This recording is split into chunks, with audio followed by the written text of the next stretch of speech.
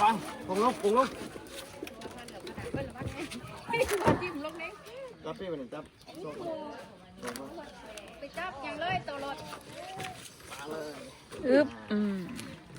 ได้ซื้อหู เฮ้ยเจ้าของนั่น ได้ซื้อ ของมาแม่ขี่ป๊อบดีเลยดิ ขี่ขึ้นนะแม่ชุบยังนะ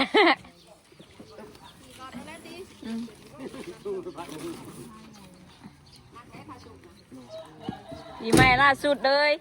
2026โอ้น่ากลัวแล้วบอก เอาลงเลยดิ ดาวกากข้ามน้องผมเด็ด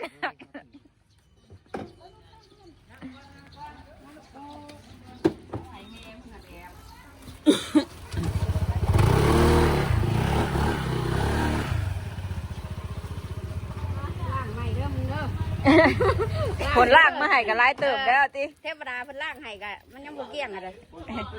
โอ้ไปนั่นมันแยง ไว้ขึ้นเงียงได้พอหน่อยอีกนะ ตกแห้งว่าจะ ทำกันชิได้บ่เนาะ ต้องเอาอันนั้นนะมาลองนะปูนนะ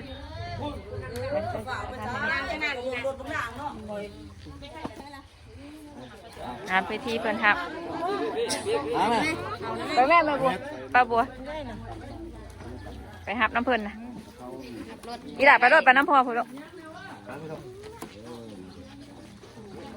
มาหอดได้พี่น้องเลยเนาะ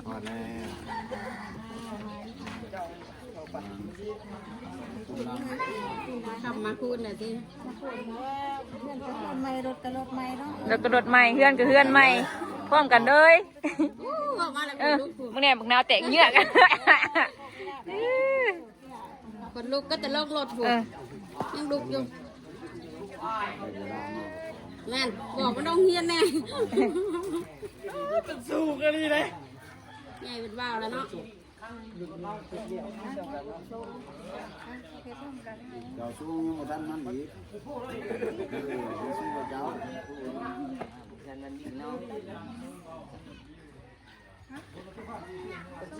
เอากระจกใส่ไหมพ่อ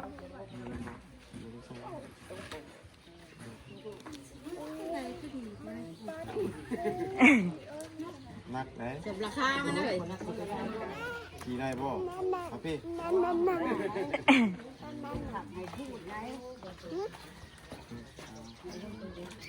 ขี่ได้ปะมาคำพูดนะป่านนี้เด้อก ำคุณ เนาะจะถามถึงนิดนะ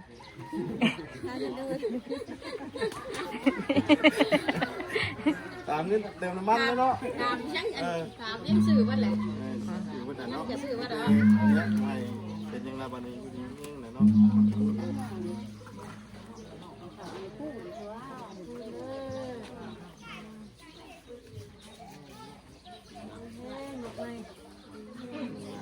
นี่เลขมันกะชื่อเอามือนี่อ๋อ593ชิโนดใส่คุบได้ทั้งนี้ นี่ก็595ตัวนี้นี่593 595ก็ เลขเพลง เริ่มเสียวเด็กเข่งไง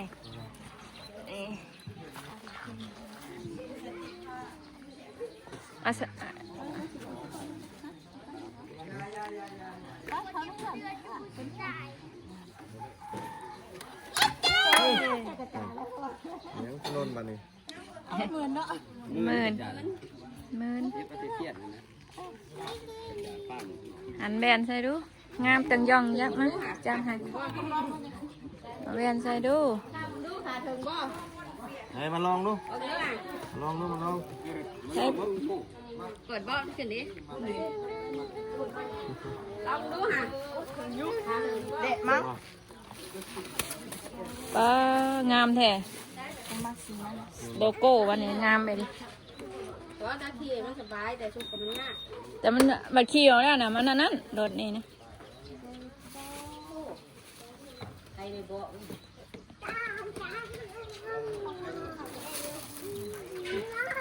หมวกกันน็อกอยู่ในรถเด้อกันน็อก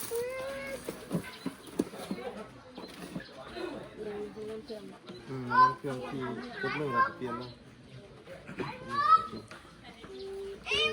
ใส่แบนเอานะแบบ มีแล้วบ่ใช่แล้วเล็กเล่นเนาะ เอาใส่แล้วเนาะ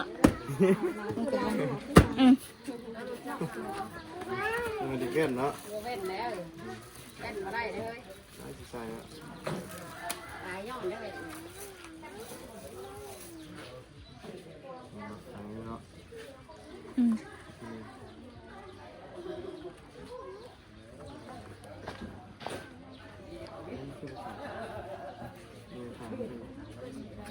เอาเดี๋ยวจะไปเปิดพุงให้หมูเมืองดูละดึงน้องเสือแม่นะ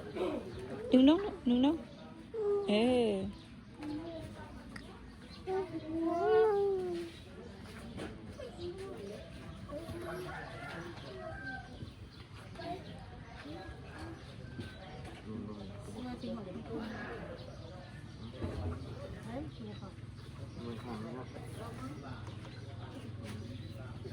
โมเมนต์บอกข่าวงานเรื่องโมเมนต์แล้ว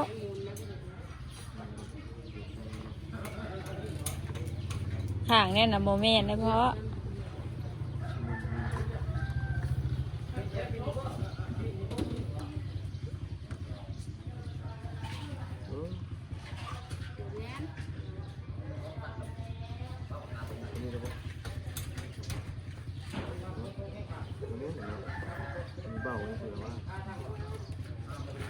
เนาะลองคนอ่านเนาะ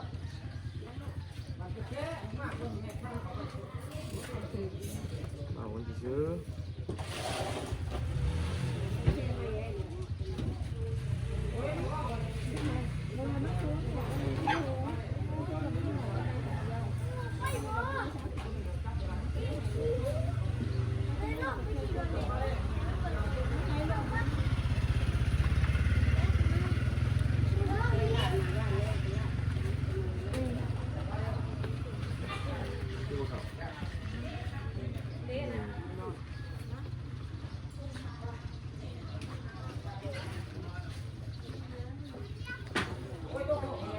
คือต้องเพื่อนป้าว่าไปขึ้นเพื่อนงามยุ่งเพื่อนงามเว้ยมูนี่ เอาแล้วแม่ลูกเฮ้ยเดือนไปเลย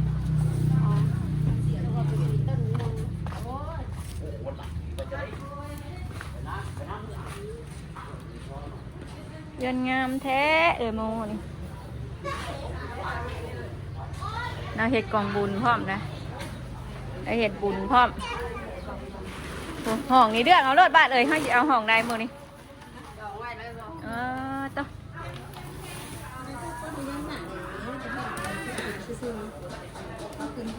ต่อไปลูกไปบายดีเด้อตูเด้อปลากระปุ่นฉันจะกินเฮ้ยงามมาลูกบ่อยากได้บ่ เพื่อนงามเลยแม่ เปลี่ยนกันบ่กับเพื่อนว่า โอ้เต้นรอเต้นลองพอ เปลี่ยนกันบ่กับเพื่อนว่าเปลี่ยนกันบ่เปลี่ยนกันบ่ มึงไปมึงยุ่งหรอกูถามเนี่ยโดดเครื่องกันนะลูกกันนะเอาเครื่องไว้วางไว้กันมาพี่โดดมาพี่กันไปบอกออกมาก่อนดูแหละ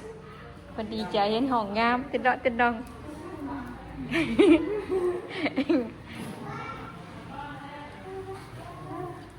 เด้องามบ่ลูกงามบ่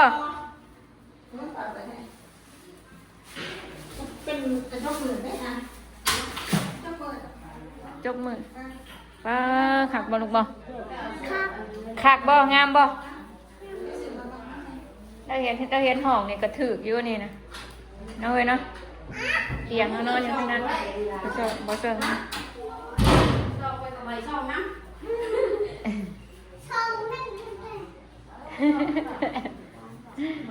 แค่สิเราจะได้ทำดีมั้ยลงมาเป้ากันดิลงเท้าเลยป่ะลงเท้าได้หรอจับจีนอนเลยดิเอามาไหมเอามาเปิดไหมชิมมาเป้าฐานบอกคิดเอาเชือกมาให้ไหนต่างข้างเมื่อไรก็ตัวสวนหลังบ้านแล้วเฮ้ย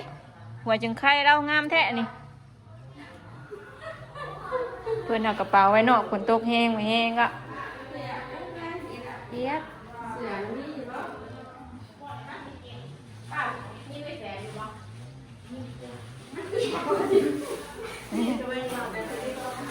พวดไม่โดดนี่พวดไม่โดดนี่นะ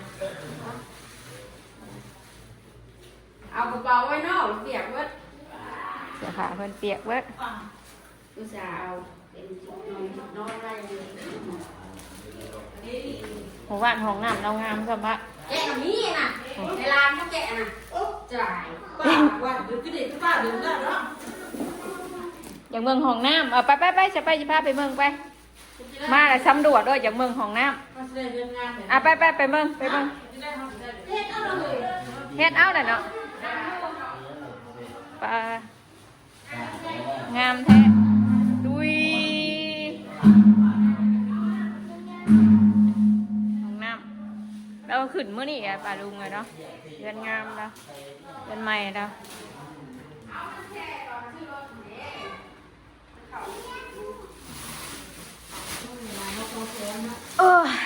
กระติกได้เอาลงมาแล้วบ่เฮ้ยกระติกเถอะ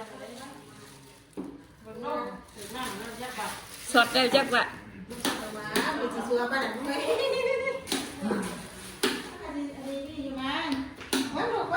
ให้ป้าเฮ็ดก่อนลูก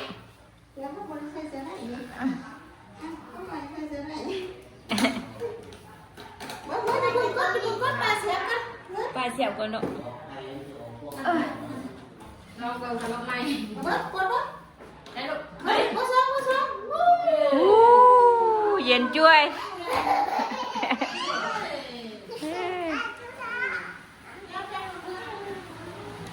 ลานเลย เย็นจ้วย 50 บาทสุดนอนอาเลย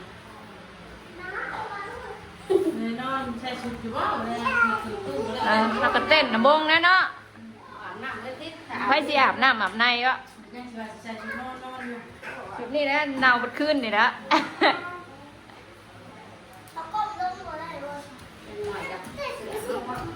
งามมาโดงามมาเฮือนไอโมฮะ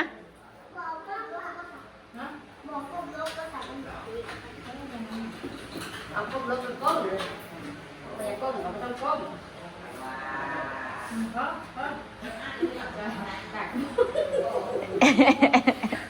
กบน้องนี่เรามีเสือลายตัวเนาะมามาเป็นนอนนู่นได้ชมนะว่าขี้ข้านหามองนอนให้อีดีมาแน่นอนเลย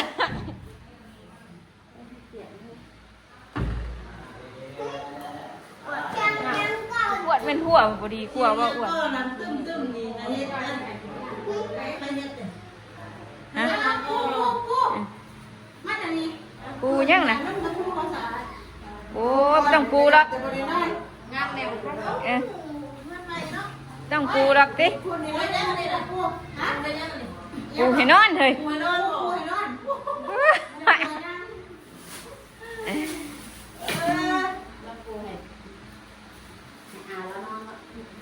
ไอ้ล่ะมันดีเพื่อได้หรอก มึงแน่ภูเขาใกล้ๆนะว่ามึงเนี่ยบรรยากาศนะเบิ่งเอาเบิ่งหนุกเบิ่ง เป็นทักเสียงเมลี่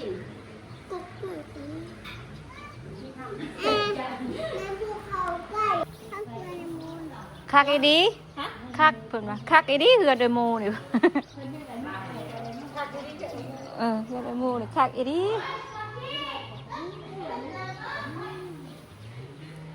มีบ่อนล้างมือพร้อมเนี่ยลูกล้างมือป่ะ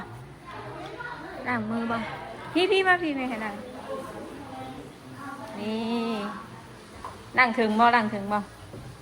นี่ล้างมือก็ไล่นี่นี่อู้คักอีดีอะดิ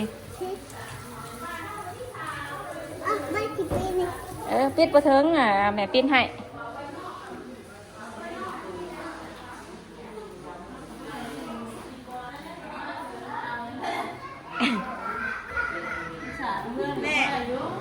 แม่เนาะ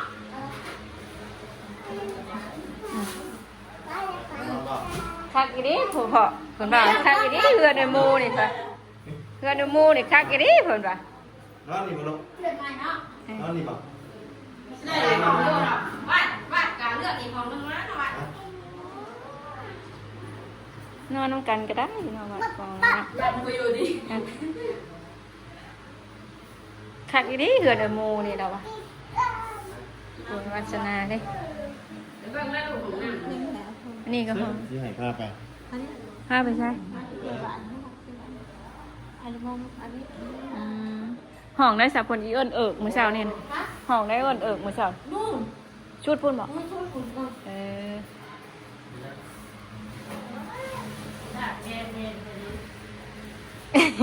แก่หันแก่นี่อยู่โมปิดลูกมันฮ้อน มันฮ้อนโมปิดออกมาหน่อย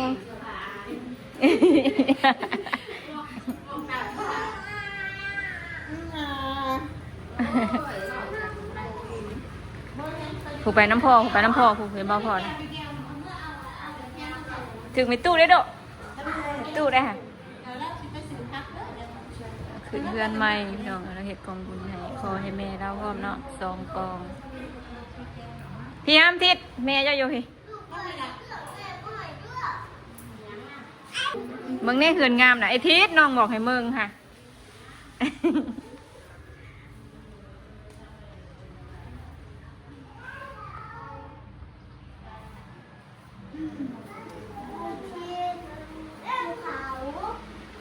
เห็นบ่ภูเขางามนะลูกอยู่ตื่นก็ตีนนะ เอ้ย โอ้ยมันงามแม่มันงามเห็นว่าภูเขาถ่ายไว้ถ่ายเพื่อไปเพื่อนเขาเด้อถ่ายเพื่อไปเพื่อนเขาเด้อ ตอนนั้นมาแล้วท่านใดอันนั้นเฮ็ดอันนี้นะคือว่านี้หน่อยเองเนี่ยตอนทำมึงตอนนั้นน่ะเนาะว่าเดาคือว่าใหญ่ธรรมดาเตียงผู้นี้เนาะเลยเนาะแล้วเฮ็ดถืออยู่ห้องนี่แบบว่าประตูบ่เชิงห้องนอนนะนอนฝั่งนั้น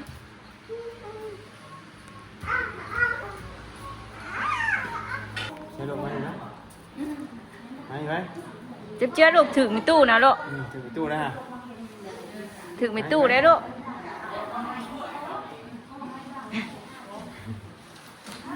บ่เคยเห็นเฮือนงามเคยเห็นแล้วแต่ว่าผ่านมาแล้วบ่ได้เคยขึ้นเนี่ยบ่ได้ขึ้นได้เห็นได้ขึ้นเลย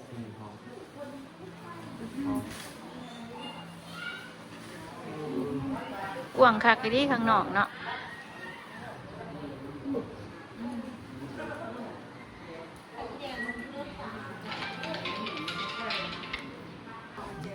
เห็ดบอลนั่งคักอีดีนี่เนาะโม พักระหว่างเนาะ คักได้นี่งามบ่คักอีดีเฮือนกับโมนี่เหรอวะ คักแท้แม่นี่เหรอวะมึงว่ามึงมาบริยูชื่อน่ะจับวันนั้นมุนอันนี่มุนอยู่ คักแท้แม่มุน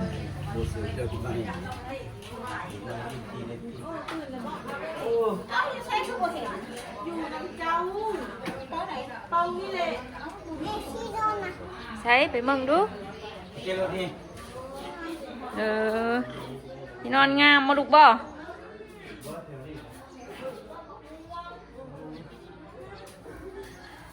ที่นอนงามไปดีอันนี้ใช่ลูกใช่บอกเอาลูกบอกเอาบอกปิดงามบ่เงินเลยโมนะงามอยู่คักบ่อีด่าใหญ่มาหาเงินชื่อหาเงินเห็ดเด้อลูกเด้อ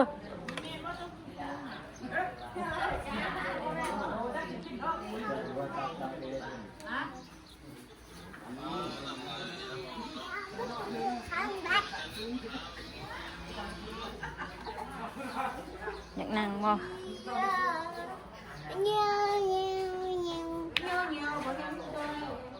ใช่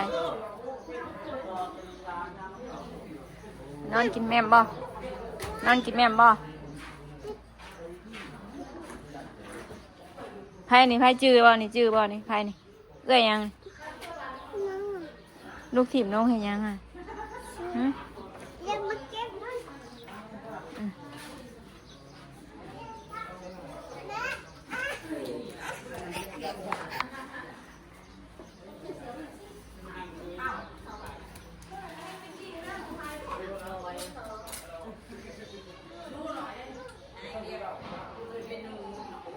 นั้นยังบ่แล้วพี่น้องมาวันนี้แล้ว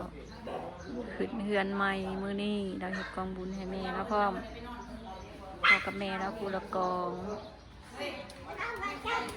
ไปสนอปจอยก็สิขอจบคลิปเพียงสำนี้ก่อนเนาะปาลุงเนาะนี่จบเพียงสำนี้ก็เด้อไปแล้วสบายดี สบายดีหอนเลย